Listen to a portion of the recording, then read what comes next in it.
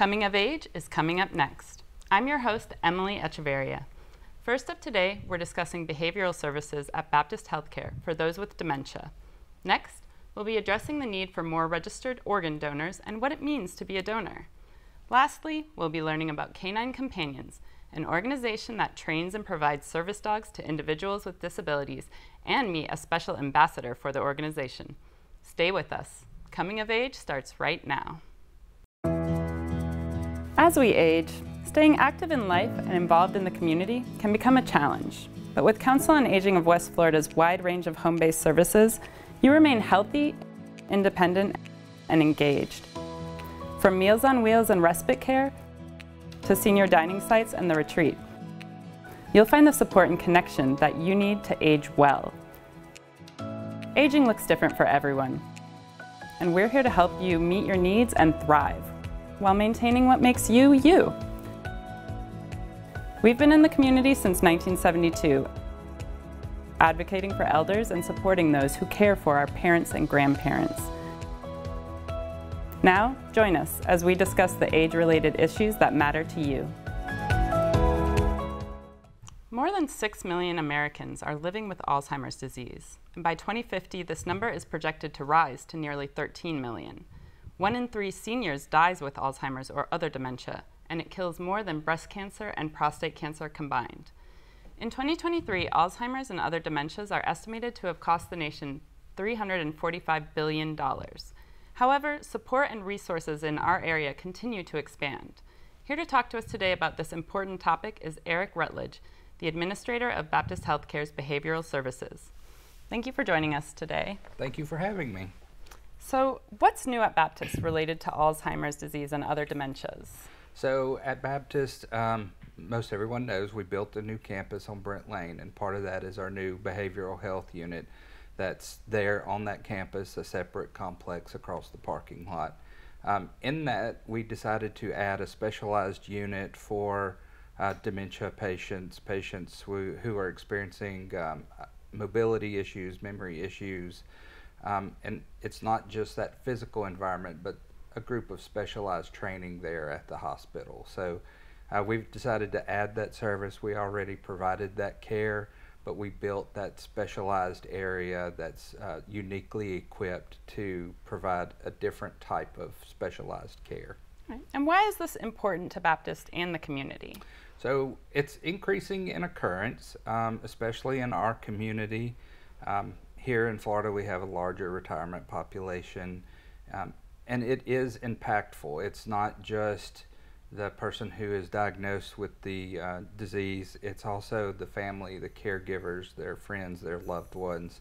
And we've seen that increasing need and request for support. So we know that it's something that we need to address system-wide and provide those services beyond just our walls. So. Absolutely. What experience do you have in caring for this population? So I have both professional and personal experience. I began working with the Alzheimer's Association as part of my career path when I was in Louisiana. And it was kind of at that point that I had an aha moment that it was my maternal great-grandmother had dementia before she passed away, and it was just not something that was discussed or diagnosed much at that time.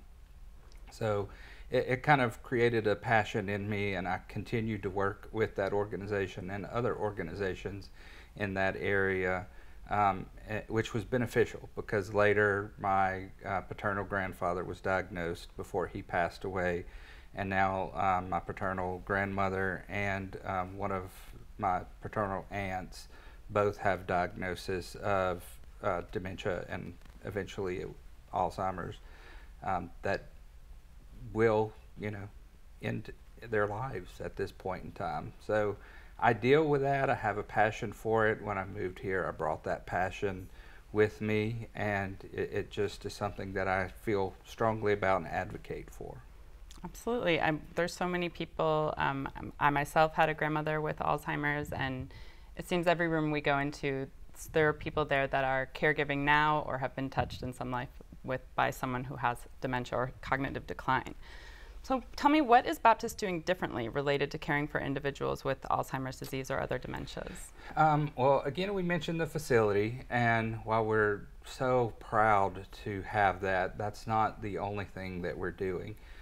We've begun developing different education programs, dementia-capable care and training that we have implemented with our behavioral health staff, but also made available to staff all across Baptist Health System, because it's not just that interaction in behavioral health we're worried about. It's in dealing with the special needs of that patient population and those caregivers throughout our organization. So if you come into a Baptist clinic, we're going to have some staff there that's trained on this.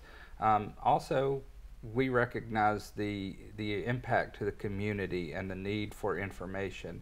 When we first started dealing with it personally, and I was dealing with my family, I realized professionally I was not equipped. And then in dealing with my family, who are the primary caregivers for my grandmother and now my aunt who has it, they didn't know where to begin. So as part of that, Baptist has begun developing some community outreach for this. The dementia capable training, we will begin offering that training to other caregivers, family members, and general public over the summer. And then we have in June 3 events, Alzheimer's and Dementia 101. That information is available at ebaptisthealthcare/events.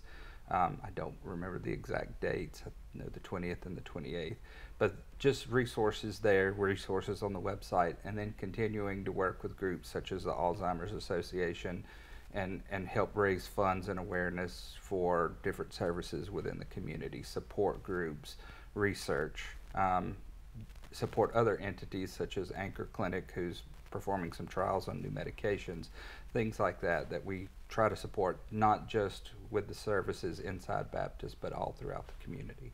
Mm-hmm. It's so wonderful that we have so many resources that can connect, and so many people call us at Council on Aging asking, what's the first thing I do? I've started to notice cognitive decline in a loved one, or I'm caregiving for someone who has been diagnosed, and they want to know what's that first step. So what do you think it's important for the community to know? That there is hope and support within our community. I don't want it to seem horrible because it is a difficult disease to deal with, from the people, the actual patient who's diagnosed with it, the caregivers, but there is hope and there is support available. Again, support groups, they're not just for the patients who have it, it's for the families and the caregivers. It's unique situations.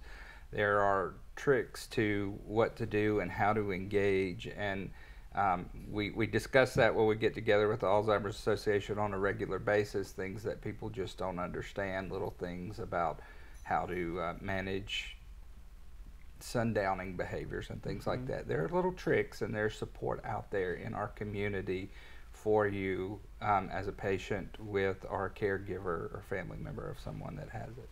Definitely. Well, thank you so much for sharing this information with us today. Thank you for having me. Coming up, we're dissecting the myths and facts around organ donation. Stay with us.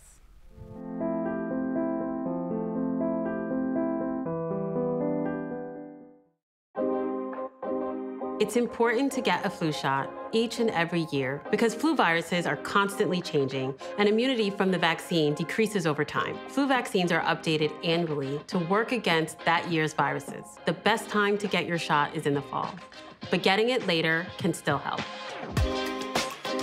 Getting a flu shot lowers your risk of getting sick, and if you do happen to get flu, it's likely to be less severe.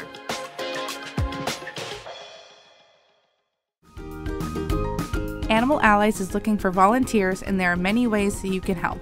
From taking care of cats to using your computer and social media skills, any and all assistance is greatly appreciated.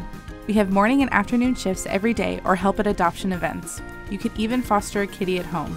And it counts towards community service hours for bright futures.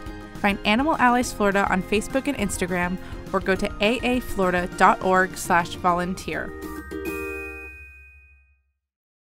When cancer tries to take you away from the things that matter most, Baptist Cancer Institute offers caring physicians and the most innovative treatment options. With convenient locations and a wide array of support programs and services, we're here to help you during the most difficult of times. As a member of the Mayo Clinic Care Network, we're bringing even more innovative cancer care to our community right here at home. When you need cancer care, we'll be there.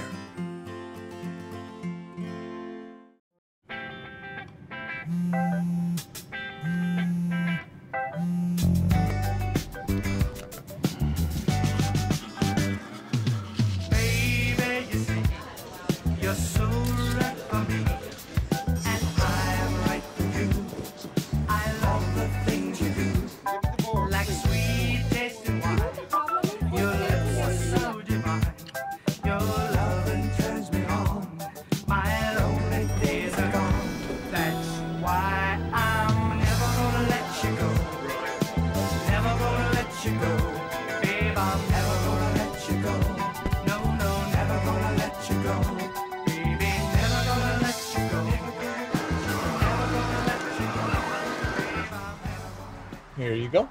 Thank you. Thank you.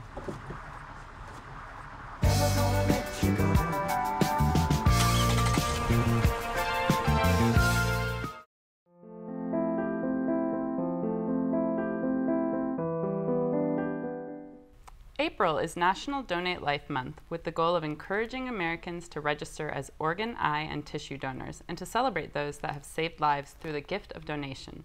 In the United States, there are more than 100,000 people awaiting organ transplants, and more than 5,000 of those are listed at transplant centers in Florida. LifeQuest Organ Recovery Services is working to raise awareness about the great need and also the processes surrounding organ donation. We've got Public Education Coordinator Tammy Ward here to tell us more. Thank you for being here. Sure. Thank you for asking me. So first of all, tell us about LifeQuest and your role there. Sure. LifeQuest is an organ recovery services organization. We are known as an organ procurement organization, and I like to say OPO for short. But we handle the entire organ donation process. So we work with the area hospitals. By the way, we go from Pensacola to Jacksonville and all the way down to Ocala. And we work with the area hospitals establishing a process by which when they have a patient that possibly could be an organ donor, they contact us. And we also work with all the donor families. We speak to the families about donation if they're in the hospital at that particular time.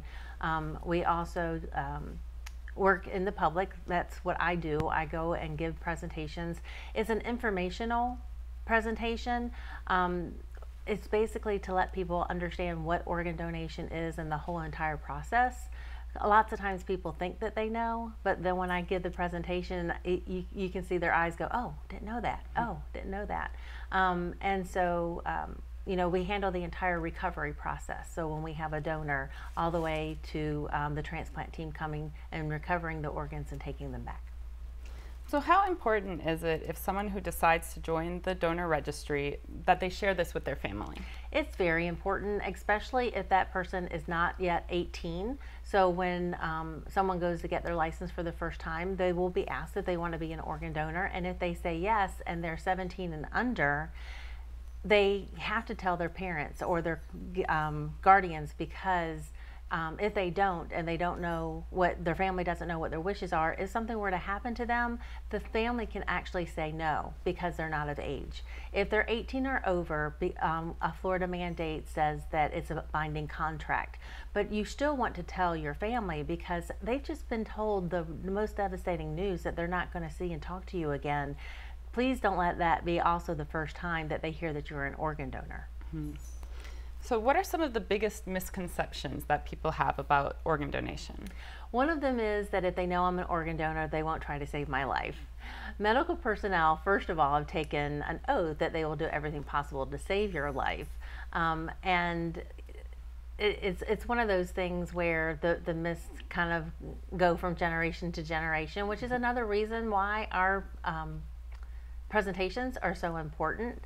Another misconception is that I'm too old, which is a great thing to be here for Council on Aging. We've actually had a 95-year-old that was able to donate his kidney to a liver to a person in her 60s. The interesting thing about him was that he didn't join the registry until he was 90. His son passed away, and that's when he found out his son was an organ donor, and he was so moved by what his son was willing to do. He joined the registry at 90, and then when he passed it at 95, he was able to donate. Wow, that's an incredible story. Yes, it is. So tell us about the need for organ donors. Why is it so important that people get registered? It's very important because, as you mentioned at the beginning of the segment, there are over 100,000 people, or more than 100,000 people that are currently waiting for an organ, and more than 5,000 right here in the state of Florida. 84% of those people are actually waiting for kidneys. Wow. And so they could wait 3 to 5 years, and in the meantime they're going to dialysis 2 and 3 times a week. They're having to stay on those machines several hours during the day, and they're basically waiting for someone to pass away. But because of that, you know, we're hearing more and more about living donors, which we actually don't handle, but the need is such that we just want to spread the word. And you know, we're hoping that they make a positive decision, but the most important thing is that they're informed, that they're educated on what organ donation really is. Absolutely. So how does one become a donor or check to make sure that they're on the registry? Well, if they went and got their driver's license a very long time ago, they can look at their license to see if they have a little heart or a donor on that.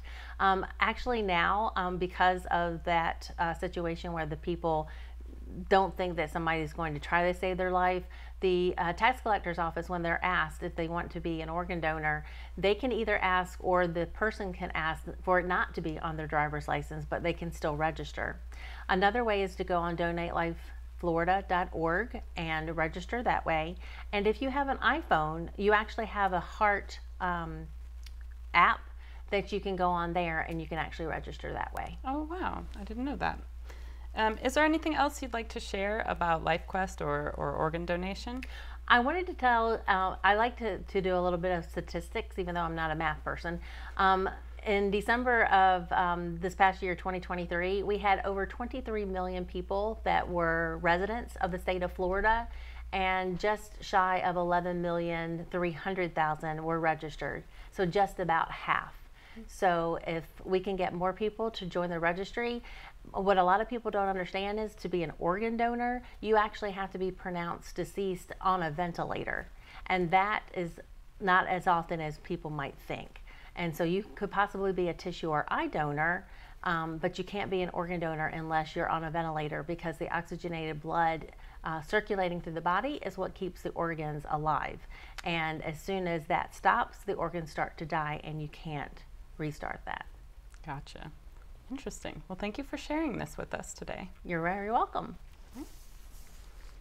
Stay tuned. We've got a dog in the studio from Canine Companions up next.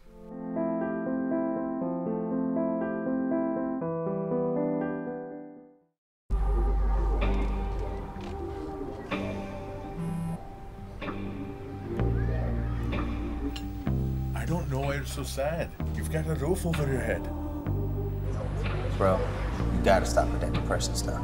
That's a white people thing. Escúchame, en esta casa los hombres no lloran.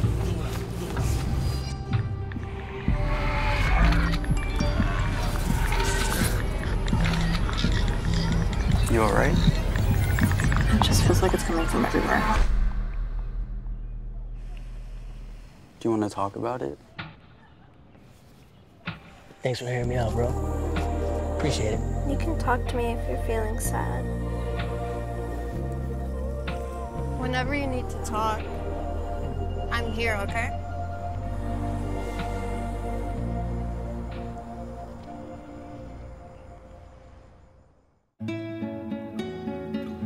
¿Qué color?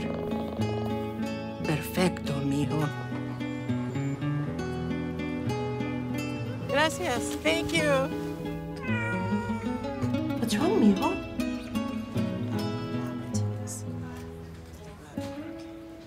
Donating to a pet's medical care is one of the many ways you can help families in your community.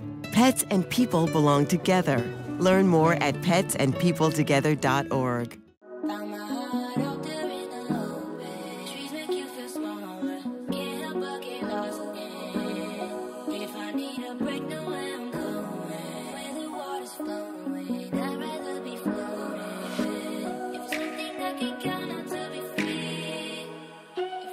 Feel the beat of nature at a park or forest near you. Find a forest and music inspired by nature at discovertheforest.org.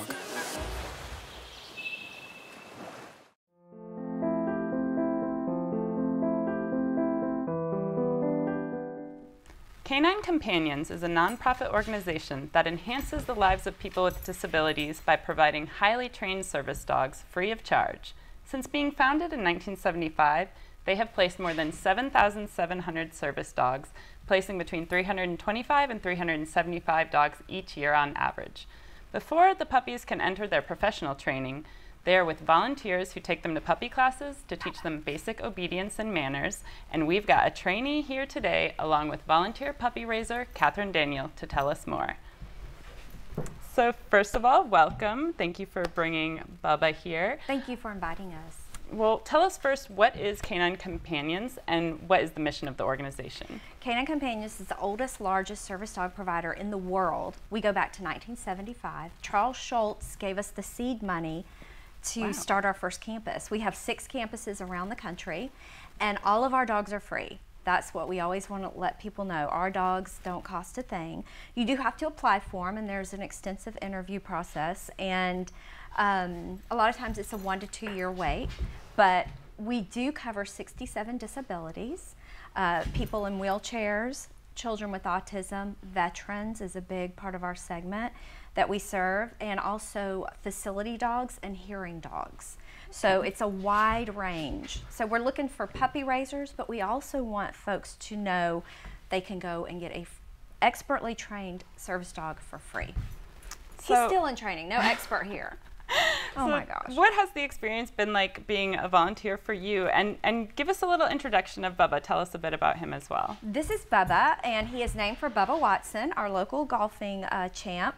And he is a social media influencer with the Blue Wahoo. So he goes to the games, he's in the team picture, he's on their social media, and they've been very generous to do that. He's the second dog we've had with them. And it spreads our mission to a whole new audience, the sports fans. And we have gotten so much feedback, people applying to be puppy raisers, people volunteering to help us pet sit, and also people who need dogs. So he's with the Wahoos. He turns into professional training in August in Orlando at our campus. So they move on to the professional training after this stage. What happens if a dog doesn't make it past this strength? Not saying anything about Bubba here or his behavior. They're all very good boys and girls, I'm sure. But what if a dog doesn't make it past that? And do you have any experience with this? Oh yes, we have raised one dog with Channel 3 that flew through. His temperament was perfect for this work. We raised a second dog. Only half of our dogs make it. So the standards at Canine Companions is so high that our second dog became a change of career because they would not let him do his nails. Oh. So it's that stringent because we want a dog that is so solid for their person. And so he'll go to Orlando for 6 to 9 months of professional training, and then he will be placed with his forever person. And what is the experience of making sure he will pass all those tests, making sure they'll walk on different, textured grounds and all that kind of thing? What is his kind of day-to-day training like? Our job as puppy raisers is to teach him 30 cues and then also socialize them, take them out in public, expose them to everything you can think of. Elevators, blow up things at Christmas, every kind of sound, garbage trucks, bicycles, skateboards, and also house manners, which we're working on with this one.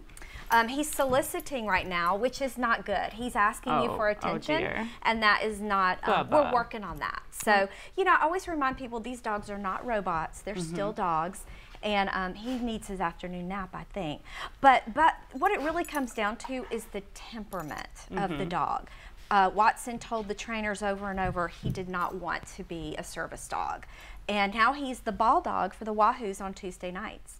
So he takes the balls out in his little vest, and he's still part of the team, and he's still working, but just not how we had hoped he would. Oh, he's doing an under for you. Look at that. So what type of people end up getting the dogs? What type of person would a dog like Bubba be serving, assuming he made it through all the training? Well, he could wind up with a child with autism. He could become a facility dog. We have several of those working here in our community from Canine Companions. Oh. He could also maybe be a hearing dog to help somebody. Okay, I've got to correct him. Sit, Bubba. Thank you. And he knows all of his commands. His temperament is perfect in public. We're working on his focus and holding his commands right now. So this is good, you know. He's used to being at a TV station and not being on air so much, so he just thinks it's free for all. We're going to work on that, Emily. Well, it is a free-for-all here on my show, Bubba. Do whatever you want. How does one become eligible or apply, go through that process to get a canine companion? We have a comprehensive website, canine.org, and it has all the frequently asked questions. Sit down. And now he's supposed to stay in his command. This is an implied stay, so that is something we're working on. Stay, please. And we have a really good website, a great application process, and I really encourage people to check it out, canine.org. It's Canine Companions. So are you still looking for more volunteers in this area? Can people apply to be part of that program as well? Yes, on the website there's a place to learn about how to be a puppy raiser, and we've actually gotten several puppy raisers just from having our influencer puppies out in the community. The Ice Flyers have Buchella, and he's with our same group, and so it's really wonderful how Pensacola has embraced this mission and become a huge part of it. I just realized I've seen Buchella at a game recently. They put him on the big cam a lot, and it's very heartwarming. We love to see it. He's amazing. He's doing really well. Oh, I love that. Is there anything else you want to share about Canine Companions or your role as a volunteer?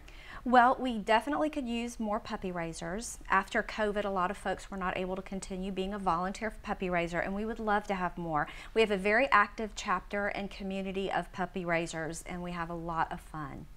Well, we have had so much fun having you and Bubba on the show. Thanks for really bringing that charisma to us. And he is a little charming. Absolutely. And thank you so much again. Thank you. And thank you for watching. Until next time, enjoy life. You've earned it.